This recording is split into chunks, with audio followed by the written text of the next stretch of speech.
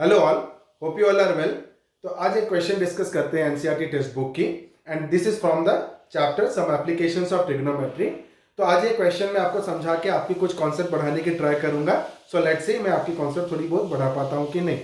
तो आज का जो क्वेश्चन है वो है a 1.2 metre girl spots a balloon moving with the wind in a horizontal line at a height of 88.2 metres from the ground. क्या हो गया?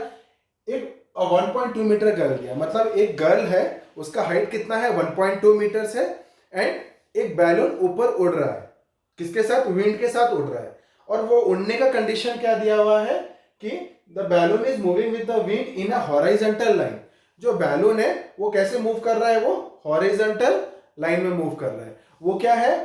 ऐसे वर्टिकली मूव नहीं कर रहा है। The balloon is moving in a horizontal line. ठीक है, नेक्स्ट क्या बोल रहा है? हाँ, जो बैलून जो हॉरिजॉन्टल लाइन में मूव कर रहा है विंड के साथ, उसका हाइट कितना है? 88.2 मीटर्स। और कहां से उसका हाइट है?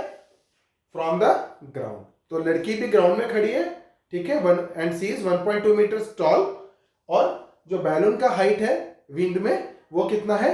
88.2 मीटर्स फ्रॉम द ग्राउंड। ये हमको एक कंडीशन दे दिया है। अब नेक्स्ट क्या बोल रहा है? The angle of elevation of the balloon from the eyes of the girl at any instant is 60 degree। ठीक है, तो जब उस लड़की ने उस बैलून को देखा, the angle of the elevation was 60 degree। तो angle of elevation मैंने आपको प्रीवियस वीडियोस में ही बता चुका है। जो नए व्यूअर्स हैं उनके लिए एक बार समझा दो। जो हमारा जो दो एंगल है, angle of elevation and angle of depression, उसको समझना कैसे है? आप जब खड़े रहते हो वॉल को फेस करके, एंड आप क्या कर रहे हो? जो आंख है, वो आंखों का जो लाइन है वो हो जाता है हमारा हॉरिजॉन्टल लेवल। और यहां से अगर हम लोग वॉल जहां पे सीलिंग को टच कर रहा है, अगर हम उसको देखते हैं, वो हो जाता है हमारा एंगल ऑफ एलिवेशन।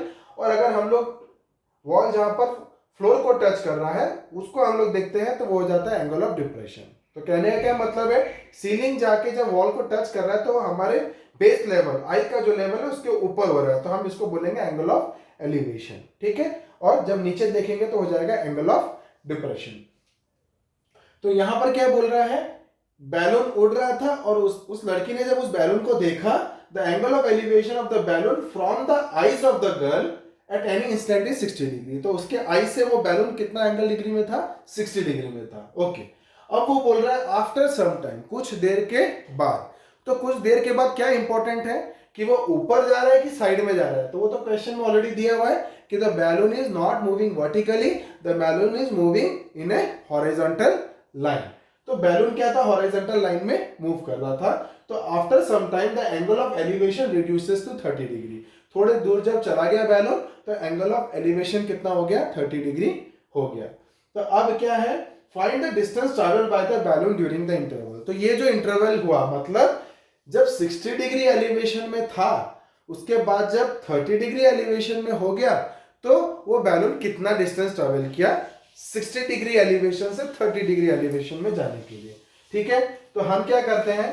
सपोज ये 1.2 मीटर की गर्ल है, 1.2 मीटर्स की गर्ल है, वो ग्राउंड पे खड़ी है। अब ये सपोज हमारा क्या हो गया? बैलून है। ठीक है, ये बैलून ग्राउंड से कितना ऊपर उड़ रहा है? 88.2 मीटर्स ऊपर है। अब सपोज लड़की खड़ी है, उसका आंख इधर आ रहा है, तो एक आंख इधर आ रहा है, तो मेरा एक हॉरिजॉन्टल लेवल चाहिए ना। तो हॉरिजॉन्टल लेवल मेरा हो गया ये, तो उसका एंगल ऑफ एलिवेशन कितना आ रहा था? 60 डिग्री। एंगल ऑफ एलिवेशन कितना हो रहा था? 60 डिग्री फर्स्ट केस में। कुछ देर के बाद, after some time, the angle of elevation reduces to 30 degree. कुछ देर के बाद बैलून इधर ही तो नहीं रहेगा, बैलून हॉरिजॉन्टली आगे मूव कर जाएगा। तो मान के चलो बैलून मूव करते करते इधर आ गया। ठीक है, हॉरिजॉन्टली बैलून मूव करते करते इधर आ गया। तो ये जो एंगल ऑफ एलिवेशन था वो कितना चेंज हो गया? 30 डिग्री। अच्छा, आई सही है, तो ये हॉरिजॉन्टल लेवल आप बना दो पहले। तो ये हॉरिजॉन्टल लेवल जब हम बनाएंगे तो ये वाली जो एंगल है छोटी वाली, वो कितनी हो जाती है मेरी? 30 डिग्री। मतलब कुछ देर के बाद जब बैलून आगे हॉरिजॉन्टली मूव कर गया तो एंगल ऑफ एलिवेशन कितना चेंज हो गया? 30 डिग्री। तो 30 डिग्री ले लिए, और ये ग्राउंड को मैं एक्सटेंड कर दे रहा हूं, तो ये इधर हो जा रहा है। ठीक है, अब हमको निकालना क्या है, find the distance travelled by the balloon during the interval. तो 60 डिग्री से 30 डिग्री जाने में बैलून कितना डिस्टेंस ट्रेवल किया, तो 60 डिग्री इधर था, 30 डिग्री इधर था, तो ये डिस्टेंस हमको निकालना है। ये डिस्टेंस निकालना है मतलब ये पोर्शन हमको निकालना है ना। तो हम लोग ये निकाल दिया तो हो जाएगा। तो क्या करते हैं, इस फिगर की पहले क्या करते हैं, नेमिंग कर देते हैं। जहां जहां पर इंटरसेक्शंस आ रहे हैं वहां वहां हम लोग क्या करते हैं, एक नाम डाल देते हैं। तो पहले हम लोग ए से शुरू करते हैं। सपोज ए बी हाइट था गर्ल का, ठीक है। सी डी था distance of balloon from the ground, C D ले लिया। ये ई एफ ले लिया दूसरे पोजीशन के लिए, ठीक है। अब बच गया मेरा दो इंटरसेक्शंस और, ई एफ ये हो गया मेरा सपोज जी और ये हो गया मेरा सपोज एच, ठीक है। अब देखो girl is standing on the ground, और हम लोग जो हाइट मेजर करते हैं, हम लोग हमेशा क्या करते हैं, परपेंडिकुलरली मेजर करते हैं हाइट। तो हाइट मेजर करते हैं तो सीडी भी क्या हो जाएगा, मतलब ये भी 90 है, सीडी भी क्या हो जाएगा 90 हो जाएगा, और ये ईएफ भी वही है 90 डिग्री है। और ये जो है girl is standing on the ground, तो उसका angle with respect to ground कितना हो गया 90 डिग्री। अब हम लोग जो एंगल ऑफ एलिवेशन ले रहे हैं वो कहां से ले रहे हैं, आंखों से ले रहे हैं। तो ये जो है, ये जो हॉरिजॉन्टल लेवल हो गया, this will be parallel to the ground, parallel to the ground हो गया, तो ये सब भी क्या हो जाएगा 90 डिग्री हो जाएगा। ये बस मैं अंडरस्टैंडिंग के लिए बता रहा हूं आपको, ये सब भी क्या हो जाएगा 90 डिग्री हो जाएगा। तो मान के चलो ये A B G D, A B F H, G D F H, ये सब क्या बन गए, रेक्टेंगल्स बन गए, क्योंकि क्या हो जाएगा इसके सारे एंगल्स क्या है 90 डिग्री हो जा रहे हैं, ठीक है। तो अब हमको ये देखना है कि गर्ल का हाइट 1.2 मीटर था, तो जीडी भी 1.2 मीटर हो जाएगा, एचएफ भी 1.2 मीटर हो जाएगा, ठीक है। तो गर्ल का हाइट 1.2 मीटर था और उसने देखा 88.2 मीटर। तो इस क्वेश्चन में ट्रिक क्या डाला है, आपको 88.2 मीटर जो डिस्टेंस दे दिया है वो दे दिया हुआ है फ्रॉम द ग्राउंड, और हम लोग एंगल कहां से मेजर कर रहे हैं, from the eyes of the girl. We are measuring the angle from the eyes of the girl, we are measuring the angle from the eyes of the girl. तो height of the balloon भी हमको कहां तक लेना पड़ेगा, eyes of the girls consider करना पड़ेगा। तो ये 1.2 मीटर्स हो गया, तो जो EH था वो कितना हो जाएगा मेरा 87 मीटर्स, कितना हो जाएगा 87 मीटर्स। क्यों, क्योंकि 1.2 मीटर्स में क्या करूंगा 88.2 मीटर से माइनस कर दूंगा, तो कितना हो जाएगा 87 मीटर्स। वो क्यों करना है, क्योंकि मेरे को देखो ये C डिस्टेंस निकालना है, ये डिस्टेंस निकालना है इंटरवल वाला। तो C से E कितना डिस्टेंस आगे वो मूव किया, तो वो निकालना है।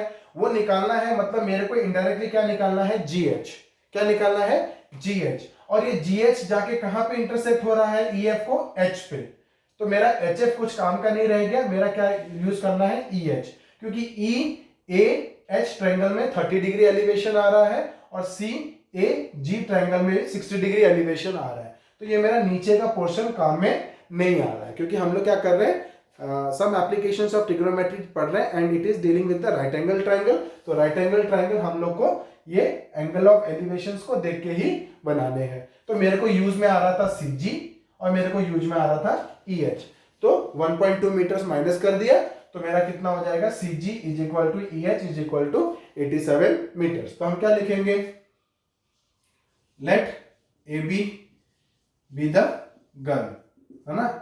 तो क्या हो जाएगा AB is equal to 1.2 metre, है ना। हाइट ऑफ द गर्ल हो गया 1.2 मीटर। अब हम लोग क्या निकालेंगे, let the balloon is at a height CD ले लो, या EF सेम है तो CD at a height CD from ground, CD equal to डाल दो कितना 88.2 metres from ground, from ground, ये मैंने ले लिया। अब क्या करना है आपको, जो some applications of trigonometry chapter है, या हम लोग इसको हाइट एंड डिस्टेंस भी बोलते हैं। बेसिकली 99% ऑफ क्वेश्चंस हमारा क्या हो जाते हैं, tan थीटा में सॉल्व हो जाते हैं, tan थीटा में सॉल्व हो जाते हैं। इसका मतलब क्या है कि देखो किस तरीके से हमको डिसाइड करना है कि कौन सा हम लोग को ट्रिग्नोमेट्रिक एंगल लेना है। तो लाइक देखो हमारे पास ये हाइट है 87 मीटर हाइट है and we are talking of the interval. तो ये वर्टिकल हो गया, ये हॉरिजॉन्टल हो गया, तो परपेंडिकुलर हो गया, ये बेस हो गया, है ना। ये परपेंडिकुलर हो गया, ये बेस हो गया। तो परपेंडिकुलर और बेस को कौन रिलेट करता है, कॉट थीटा या tan थीटा, तो we go for tan theta. हाँ, अगर हमको ये निकालने के लिए देता क्या AE निकालना रहता या AC निकालना रहता, स्लोप निकालना रहता, तो हम ये मतलब ये जो स्लाइडिंग है वो निकालना रहता, तो हम लोग का क्या है, हम लोग यूज करते हैं साइन थीटा कॉस थीटा, किसी में हम जाते थे। ठीक है, तो अभी हम लोग को क्या करना है, हमारे पास दो ट्रिग्नोमेट्रिक एंगल मिल गए, एक 30 डिग्री मिल गया और एक तो 60 डिग्री मिल गया। 60 डिग्री क्या है, छोटे वाले ट्रायंगल का है एंगल ऑफ एलिवेशन, और 30 डिग्री क्या है, बड़े वाले ट्रायंगल में है। ठीक है, तो बड़े वाले ट्रायंगल में 30 डिग्री यूज करके 87 मीटर्स यूज करके हम क्या करेंगे, AH निकाल देंगे, और फिर बड़े वाले ट्रायंगल, छोटे वाले ट्रायंगल में 60 डिग्री यूज करके 87 यूज करके हम क्या निकाल लेंगे, AG निकाल लेंगे। तो AH मिल जाएगा बड़े वाले ट्रायंगल से, AG मिल जाएगा छोटे वाले ट्रायंगल से। AH माइनस AG कर दूंगा तो कितना हो जाएगा मेरा, GH। GH क्या है, इक्वल टू C, मतलब distance travelled by the balloon during the interval. तो देखो, तो मेरा कितना हो जाएगा, CG is equal to EH is equal to EH is equal to कितना हो जाएगा, 88.2 माइनस 1.2, तो कितना हो जाता है ये 87 मीटर्स। ओके, अब मैं चाहता हूं ट्रायंगल में, बड़ी वाली ट्रायंगल लेता हूं, in triangle AHE, in triangle AHE मैंने क्या ले लिया, tan 30 degree, angle of elevation AHE में कितना है, 30 डिग्री, तो tan 30 कितना हो जाएगा, P by B, EH by AH, तो कितना हो जाएगा, EH डिवाइडेड बाई AH। तो tan 30 का वैल्यू कितना होता है, 1/√3 इज इक्वल टू EH कितना है, 87, तो ये हो गया 87 by AH, and I require AH, तो हम यहां से निकाल देंगे, कितना हो जाएगा, AH is equal to 87√3, 87√3 metres, तो ये मेरा AH हो गया। अब मैं चलता हूं इन ट्रायंगल, दूसरे वाले ट्रायंगल में, छोटे वाले, तो AGC, इन ट्रायंगल AGC क्या है, मैं ले रहा हूं tan 60 डिग्री, तो tan 60 degree is equal to क्या हो जाएगा, परपेंडिकुलर बाय बेस, 60 का अपोजिट वाला परपेंडिकुलर, 60 जिस पे रेस्ट कर रहा है वो बेस, तो कितना हो जाएगा, CG बाई AG, तो ये हो गया CG divided by AG। Now what is the value of tan 60 degree, tan 60 degree the value of tan 60 is √3, और CG कितना हो गया, CG इज अगेन 88.2 माइनस 1.2, तो CG इज 87, ये कितना हो गया, 87, और AG मेरे को निकालना है, आई रिक्वायर AG। तो यहां से AG कितना हो जाएगा, क्रॉस मल्टीप्लीकेशन कर दोगे तो AG इधर चला जाएगा, √3 इधर आ जाएगा, तो कितना हो जाएगा, AG is equal to 87 by √3, तो ये हो गया 87 डिवाइडेड बाई √3 मीटर्स। ठीक है, अब हम लोग आंसर के करीब पहुंच गए।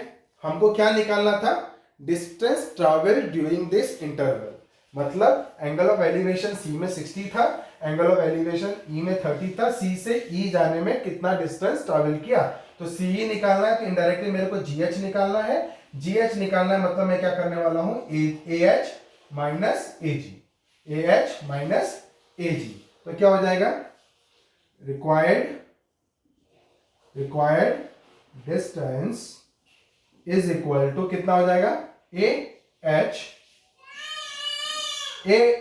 Minus AG, AH minus AG।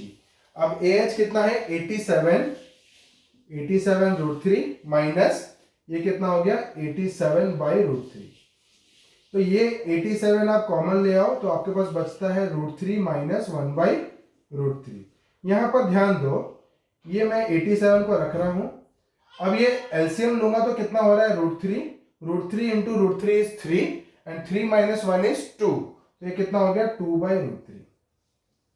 अब ध्यान देना है कि हम लोग डिनोमिनेटर में खासकर स्क्वायर रूट नहीं छोड़ते, तो हम क्या करते हैं, उसको रैशनलाइज कर देते हैं, तो रैशनलाइज जब करेंगे इसको तो कितना हो जाएगा, 87 तो था, रैशनलाइज करने के लिए हम क्या करेंगे, न्यूमरेटर में √3 मल्टीप्लाई करेंगे और डिनोमिनेटर में √3 मल्टीप्लाई करेंगे, तो डिनोमिनेटर में √3 पहले से ही था, तो √3 इंटू √3 कितना हो जाएगा, 3।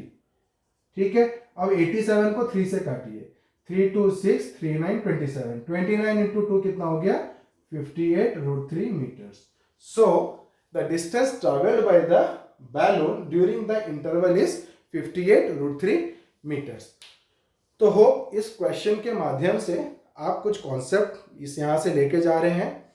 तो मेरे साथ मेरे आगे वीडियोस के साथ बने रहिए। मैं आपको कुछ questions from the previous year board exams and कुछ क्वेश्चन जिसमें कि कुछ कॉन्सेप्ट्स अलग हो, वो मैं आपके लिए डिफरेंट पैटर्न ऑफ क्वेश्चन लेके आऊँगा। तो अभी के लिए इतना ही, बने रहिए मेरे साथ मेरे आगे वीडियोज़ के लिए। Thank you.